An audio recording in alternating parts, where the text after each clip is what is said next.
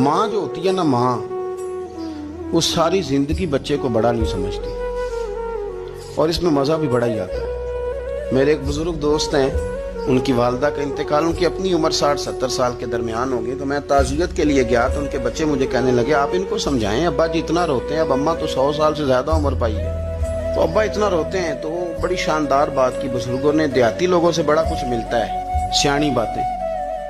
तो मैंने कहा कि अंकल जी अब आप चुप करें, आपकी खुद इतनी उम्र है माशाल्लाह, अम्मा इतनी उम्र की हो के दही दुकान लगी है, सब तो आने ना पता, आज मैं वडेरा हो गया, आज मैं वडेरा हो गया।